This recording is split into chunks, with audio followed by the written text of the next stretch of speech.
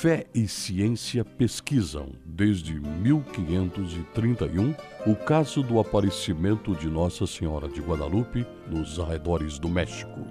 O índio mexicano Juan Diego, ao passar pelo monte Tepeyac, é atraído por uma voz melodiosa que o chamava pelo seu nome.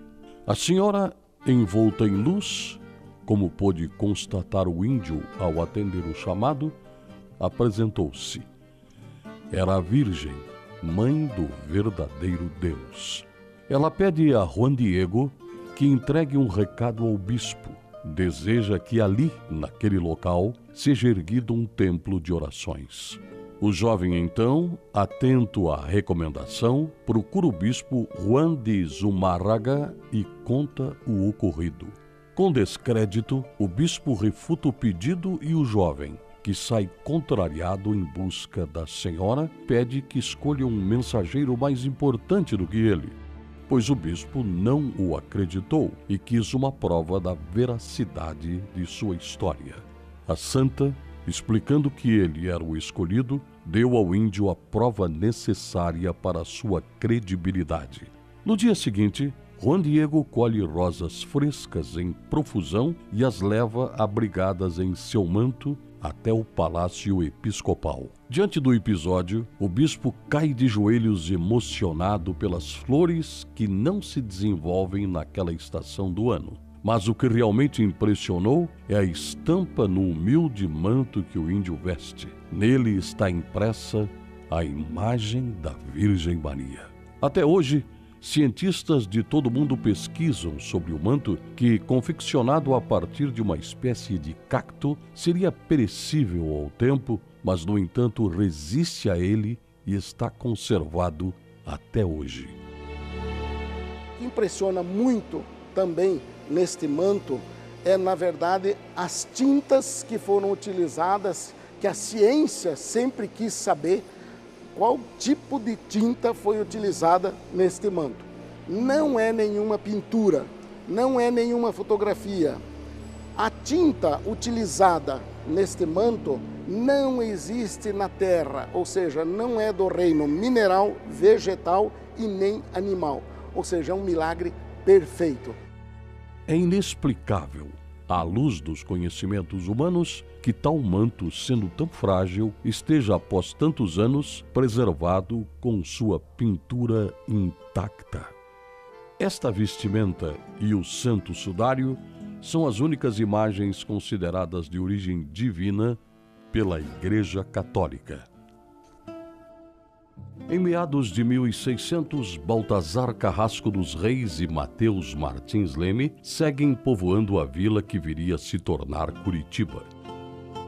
Com forte religiosidade, fundam então na vilinha a primeira igreja da comunidade.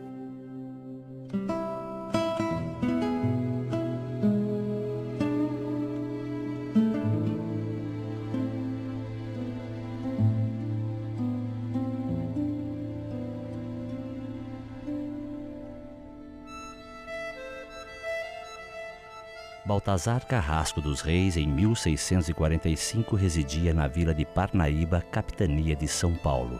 Em 1648, passou por Curitiba, rumo ao sul, na bandeira de Antônio Domingues. Em 1661, já morava há alguns anos no Barigui, onde tinha roça e currais de gado. Nós costumamos pensar Curitiba a partir do centro. A partir do centro. E se nós lembrarmos, Curitiba nem começa aqui, começa numa vilinha lá para o lado do bairro Alto, Atuba e tudo mais. Aí depois, num acerto que os colonizadores vão ter com o cacique local, o Tindiquera, conseguem a região de onde nós temos a Praça Matriz ali, o centro de Curitiba. Nós temos que lembrar que, a partir daí, apesar da praça central e a matriz estar lá, nós vamos ter igrejas que vão se espalhar por toda Curitiba. Ao contrário do que acreditam muitos pesquisadores, a primeira santa a receber a devoção dos curitibanos não foi Nossa Senhora da Luz, que emprestou inclusive seu nome à cidade, mas sim Nossa Senhora de Guadalupe.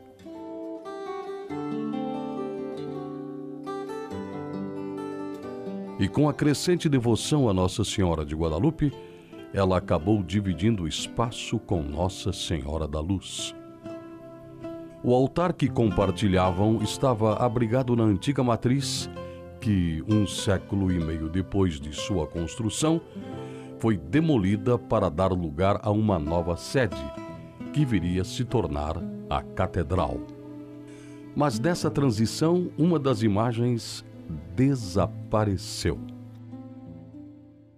Segundo o texto de Carlos Maranhão para o Estado do Paraná, em 23 de julho de 1967. As imagens se separaram, indo a de Guadalupe para a residência dos descendentes de Carrasco dos Reis. E de lá, misteriosamente, a imagem desapareceu, não sendo nunca mais encontrada. Com o desaparecimento da imagem, Curitiba ficou sem uma igreja de Guadalupe, até que em 1955, por determinação do arcebispo, foram iniciadas as campanhas para a construção de um novo templo, a fim de ser homenageada a mais antiga devoção do povo curitibano. Curitiba deve uma gratidão a Baltazar Carrasco dos Reis. Precisamos fazer uma igreja dedicada a Nossa Senhora de Guadalupe. No planejamento para a organização de novas paróquias da cidade, Dom Manuel da Silveira de Ubu vislumbra o centro da região.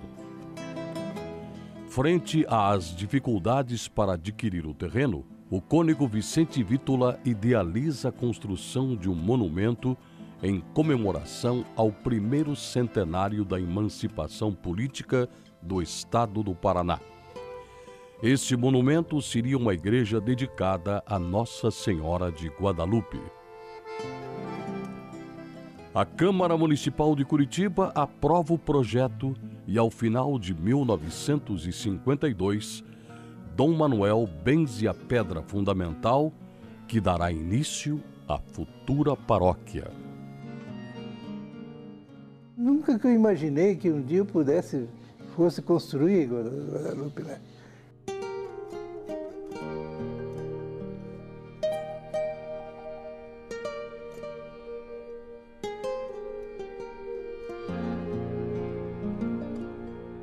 Depois foi lançada a pedra fundamental da igreja. Eu assisti. Nossa Senhora de Guadalupe tem profundas raízes na história de Curitiba. O povo curitibano revive seu apego e cria a paróquia, nomeando seu primeiro representante. De fato, foi conseguido a praça. O senhor Bernardo, que foi nomeado pároco, Bernardo José Krasinski, ficou muito sentido, porque só ganhou um pedaço da praça, não ganhou toda a praça. Mas também não precisava toda a praça.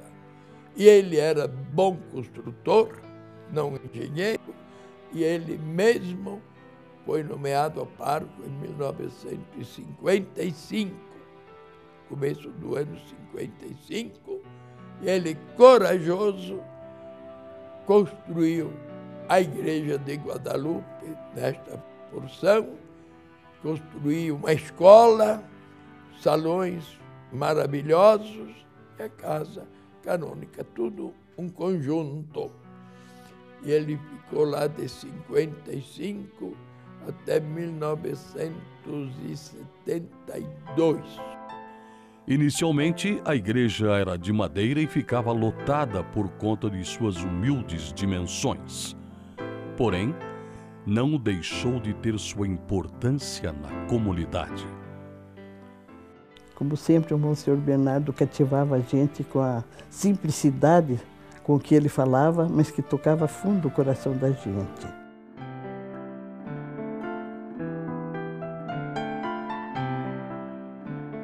Bernardo José Krasinski, depois de muito meditar aos pés da Virgem Imaculada, tem a inspiração para criar o movimento de irmãos, que ultrapassaria os limites dos bancos da igreja e perduraria até os dias de hoje. Entramos no movimento irmão, né? Que foi o primeiro da paróquia. Foi uma bênção muito grande que o Monsenhor Bernardo deixou. E a prova disso é que começamos só com a Guadalupe e atualmente a gente está com 43 paróquias, né? Uma das primeiras preocupações do cônego ao assumir a paróquia foi a educação. Para tanto, idealizou e criou a escola paroquial, que iniciou com 171 alunos de jardim de infância e primeiro grau, além de cuidar da instrução religiosa das crianças. Neste momento da história, o Brasil desponta para uma nova realidade. Com o suicídio do presidente da República e um governador buscando a unificação do estado do Paraná, é necessário investir na educação. Em torno de 53 se começa um desenvolvimento maior na questão educacional no Paraná, tanto que junto à igreja é criado um colégio, a escola paroquial também, justamente dentro desse momento de preocupação com um Brasil que quer se desenvolver. Esse Brasil tem que estar acompanhado do que então? Da educação. A Igreja Católica, então, dá sequência a seu legado de desenvolvimento em seus aspectos intelectual, moral e físico. Então, ao mesmo tempo que você está catequizando, você está educando. Tanto que os primeiros colégios no Brasil serão da Igreja Católica, né? A Igreja Católica que vai fazer esse feito importante, digamos assim, que é justamente levar a educação no Brasil. Com apoio da comunidade, a Igreja de Guadalupe vai erguendo suas vigas e pilares e tomando a forma da fé. Com a paróquia constituída e a comunidade atuante, a Igreja Nova, de dimensões arrojadas, ganha cada vez mais fiéis. A única coisa que não foi feita foi a torre, porque a gente chegou à conclusão que a torre ia desaparecer no meio dos prédios, né? E de fato está acontecendo isso mesmo.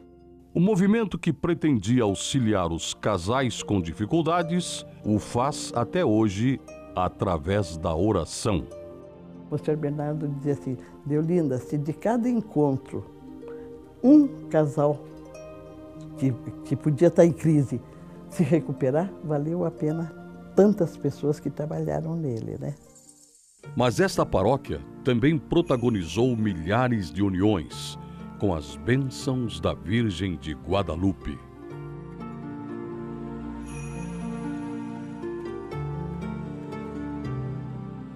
A igreja é a paróquia Nossa Senhora de Guadalupe. Não tem outra, é a nossa casa, é onde nós servimos juntos.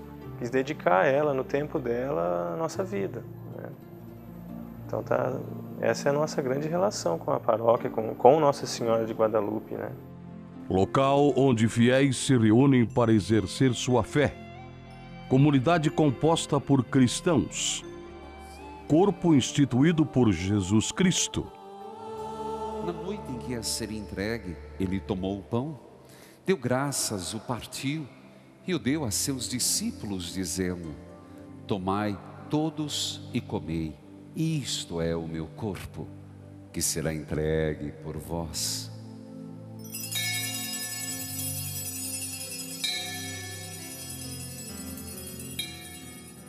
Tudo isso reflete a verdade sobre uma igreja, mas para alguns é mais do que isso. É local de serviço, é local de acolhida. Quando temos nossas tristezas, nossas dores, a gente recorre sempre a Nossa Senhora de Guadalupe, através das novenas, das missas, servindo como ministros da Eucaristia.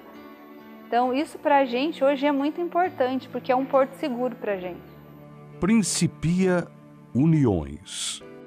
O tempo foi revelando, né, os planos de Deus para a minha vida, para as nossas vidas, né? Inclusive, quando vierem os nossos herdeiros futuros, né, aqueles que Deus nos confiar, é uma tendência a gente inseri-los aqui também, né? Nessa comunidade, a nossa casa espiritual, né? Batismo,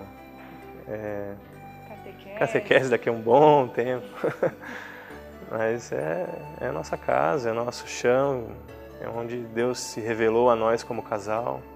Acolhe famílias e caminha com a comunidade. Ouvia o Jesus que dizia: vinde a minhas criancinhas. E hoje no céu um aceno, os anjos que dizem amém. Institui sacramentos. Então eu fui crismado naquele dia. E eu lembro muito bem, ele disse para a comunidade, né? Não, ele já tem essa idade, né? Já com 40 anos. Falou, pode, siga o exemplo dele. Nunca é tarde para correrem atrás de um outro sacramento. A qualquer tempo. Teu nome eu exalto. Quando nós falamos das pastorais, ela tem uma missão. A primeira e última missão, ou a finalidade da pastoral, é uma ação evangelizadora, é evangelizar. Porque é um ministério confiado pela igreja aos fiéis. E o que é pastoral? Pastoral vem de pastor. O bom pastor. Quem que é o pastor supremo? Jesus Cristo. Então nós temos que nos espelhar em Jesus o que ele fez. Conduzir, conhecer e amar as pessoas, amar a comunidade. Assim é uma paróquia, como uma família, amparando e abraçando irmãos, crescendo juntos na fé e perseverando sempre. Mostrando para as pessoas qual o caminho realmente a seguir, com os valores de sociedade, o que é o certo. E através dos ensinamentos mesmo de Jesus. Porque é o bom pastor, é o pastor supremo, é Jesus. Nós temos que atrair as ovelhas e cuidar. Ensinar, dar um pouquinho, doar o nosso tempo para isso. Vimos formar mais do que uma paróquia. Vimos a formação de uma família ligada pela fé. Ao longo destas décadas, a paróquia foi conduzida habilmente por sacerdotes sensíveis ao bem-estar da comunidade.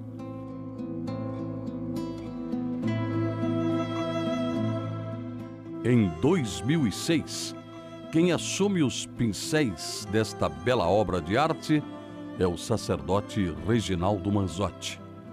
Aí o padre Reginaldo disse, era esta igreja mesmo que eu queria, porque eu tenho o dom de atrair o povo, como é todas as qualidades que o padre Reginaldo tem, e ele então foi ser o pároco de Nossa Senhora de Guadalupe.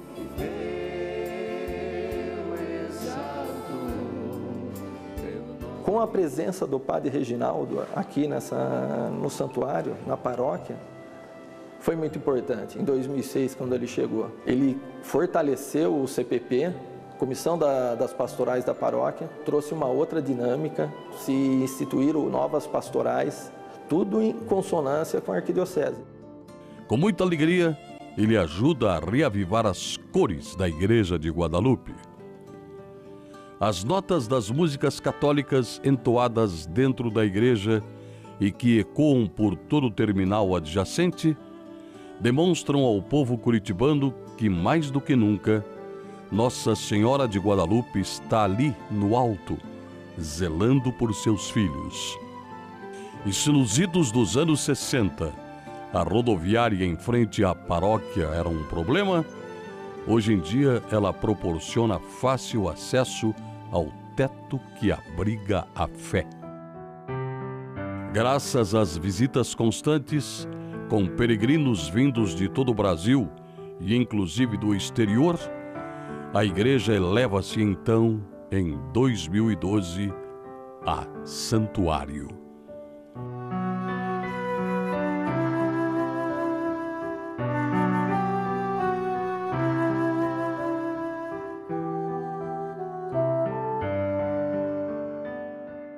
E a história persiste, mais vívida do que nunca, enraizada em um dos mais belos ícones da Virgem Maria.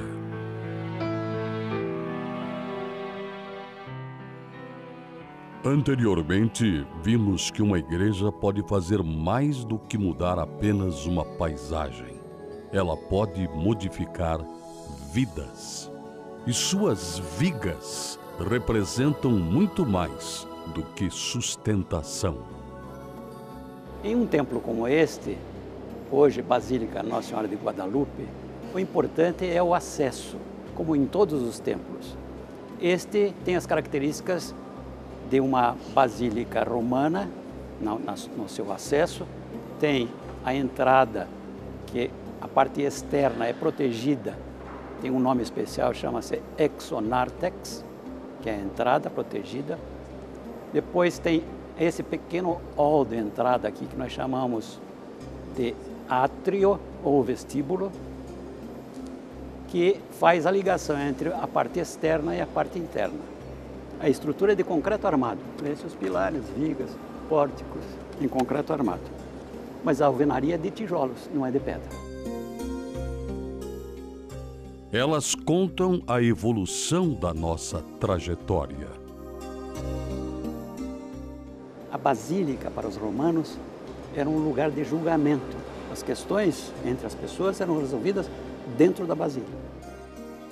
Desde as rampas que conduzem ao portal até o presbitério onde os sacerdotes realizam as celebrações. Tudo tem significado.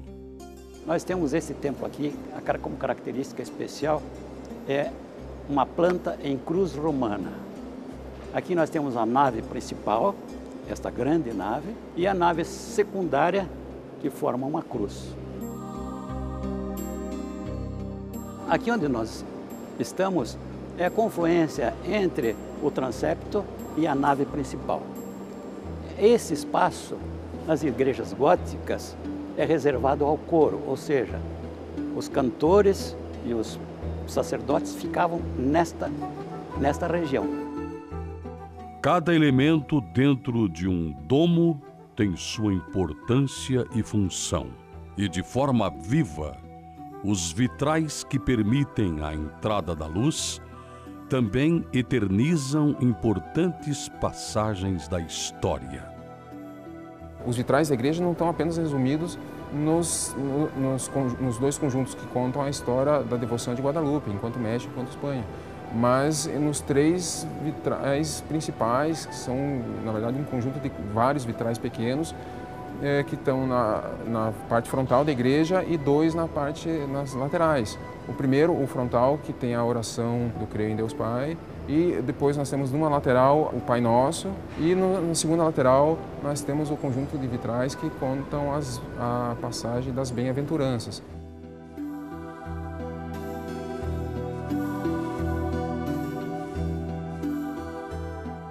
Assim como outras igrejas góticas pelo mundo, o Santuário de Guadalupe mantém preservadas as suas características imponentes. Com influência, bastante influência, nós vemos aqui, agora repetida, nos arcos ogivais, do gótico renascentista, e que se inspirava muito nessas ogivas. As janelas aqui, essas janelas onde tem os vitrais, são janelas ogivais típicas do gótico. Mas as características são moderníssimas, contemporânea, diria, destaca-se nessa igreja, além da rampa de acesso, e este pavimento ser elevado do solo, destaca-se a grande altura da nave e do transepto, inusual nas igrejas. E essa altura confere a grandiosidade desejada pelo seu projetista.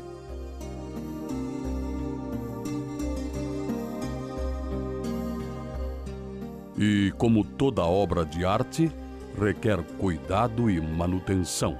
Por isso, em 2014, iniciou-se uma reforma no santuário, fortalecendo a estrutura e eternizando as simbologias. Manter uma construção que carrega tanta história não é tarefa fácil. E diante do grande número de pessoas que por ali circulam diariamente, suas instalações necessitam de intensa manutenção.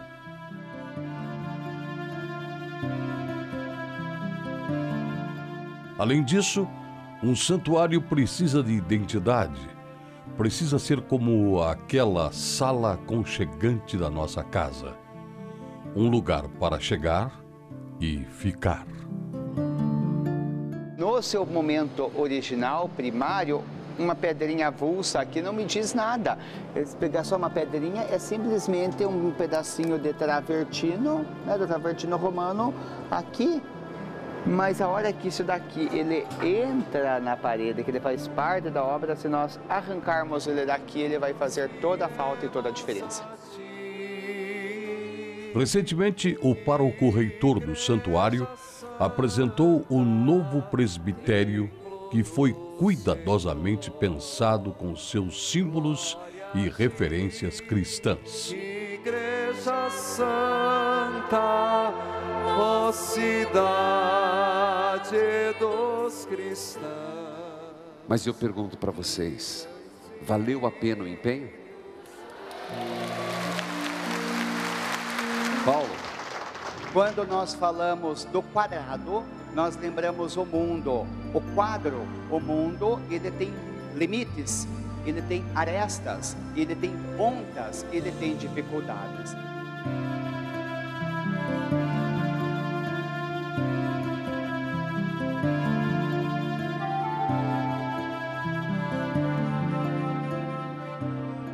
Tendo como maior significado a relação com a Virgem de Guadalupe, na obra ela está singelamente retratada, através de pequenos pedaços de devoção. A igreja aqui, como qualquer igreja católica cristã, o centro é Cristo. Então aqui era um desafio pensar como eu retratar a Senhora de Guadalupe nesse santuário, no centro da igreja, e ao mesmo tempo cristologizar o ambiente, o qual Cristo é o Senhor. Cristo tem na sua mão esquerda um livro, e neste livro, que nós chamamos do livro da vida, tem uma das frases de Cristo na sua paixão, que é: eis a tua mãe. Eis tua mãe, quer dizer, ele está indicando para nós que a nossa mãe é a mãe dele, a Senhora de Guadalupe. Na Virgem de Guadalupe se encontra a humanidade criada e a humanidade redimida. Ela é mãe do verdadeiro Deus e é a mãe de cada um de nós. E os símbolos, grandes reveladores de riquezas, seguem presentes para a comunidade. Eles têm o costume, as casas cristãs do Oriente, que são devotos à Virgem Maria, teotocos, a Mãe de Deus, que é pintar portas de azul, porque eles dizem que a porta azul é dedicada à Virgem Maria. E quem passa pela porta azul recebe uma graça especial. Quem é a graça especial? Recebe Cristo, né? Ele é a graça de Deus. Então aqui nessas pequenas ogivas, nas duas portas laterais, foram cravejadas em dourados, mas com pedras azuis em honra à Senhora, Mãe de Deus, a Virgem Maria. Nossa Senhora de Guadalupe, Mãe do verdadeiro Deus, é uma das riquezas que este belíssimo santuário revela. E para ela somos todos irmãos. Por isso, esta é a nossa casa. Todo este trabalho foi composto por centenas, milhares de pedrinhas que, na sua individualidade, elas compõem essa grande tapeçaria, esse grande tear da vida humana. Ninguém é substituível nesta história da salvação. Cada pedra, na sua individualidade, na sua muitas vezes pseudo-insignificância, quando juntas formam essa grande obra que vem realizar o mistério de Deus. Assim, também nós, pedras que compomos a igreja viva, a construção viva de Cristo, somos como um grande mosaico na história. Em meio ao agito de uma cidade cosmopolita, o santuário de Nossa Senhora de Guadalupe guarda um silêncio e transmite a paz, incongruentes com sua localização. Pode ter sido esse o motivo de tamanha transformação. Pode ter sido o dinamismo de uma nova gestão. Só é possível essa igreja ser viva porque o povo é pedra viva. Porém, para os fiéis que ali frequentam, o importante é encontrar naquela casa uma mãe amorosa, de braços abertos, esperando por seus filhos queridos.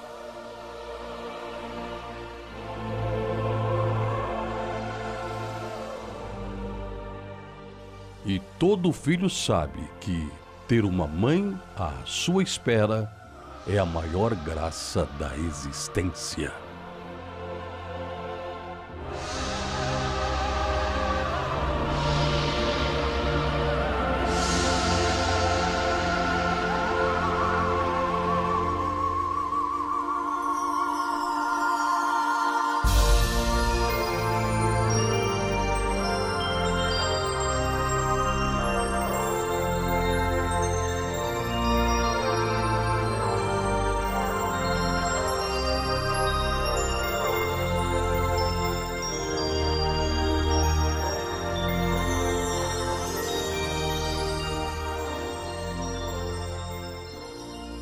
Uma igreja de acolhimento, de celebração e de evangelização.